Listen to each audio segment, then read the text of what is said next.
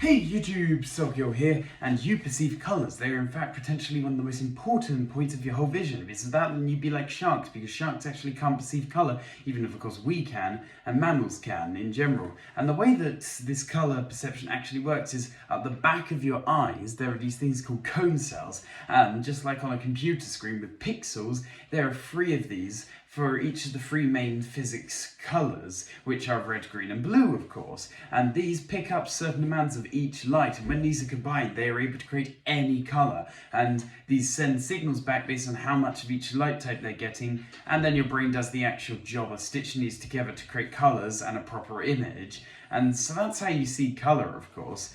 But there's also another question, which is, do colours and do things in general appear to seem less colourful as you get older? Because quite a few people actually try to say it, and there is some truth to this actually, some physical truth. As you get older, your lens, which is used to focus light onto your cone cells at the back of your eyes, actually does start to yellow, and this means that blue tones will be more faded. And because of course we live in a place literally nicknamed the blue planet, so you can imagine that most of our world is blue, and so therefore most of the world will start to appear less colourful and more muted as you get older and as these changes happen. There are other reasons as well, however, such as you get older, the chance of getting an eye infection or disease such as cataracts or complications as cataracts increases. And of course once you get that things like cataracts can change your perception of colours. Sometimes you might even have to get your lens removed, and that will cause your colour perception to change even more, a bit like what happened with Claude Monet after he got his